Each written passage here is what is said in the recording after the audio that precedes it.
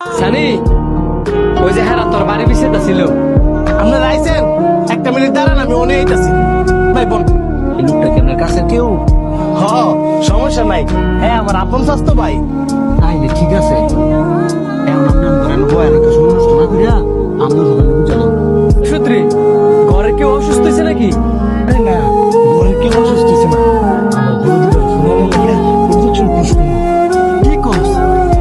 গরু দুইটা রেফাইলে লেখিয়া ইঞ্জেকশন পুশ করবি? হ, এতে করে আমার অনেকটা লাভ হইব।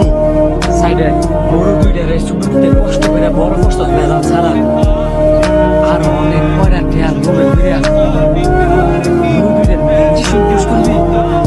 আরে এতে ক্ষতির কিছু নাই তো। আর কয়দিন পরে তো কুরবানি। যাই নিবো, হ্যাঁ তো নিয়ে আইনার সবই দিয়ে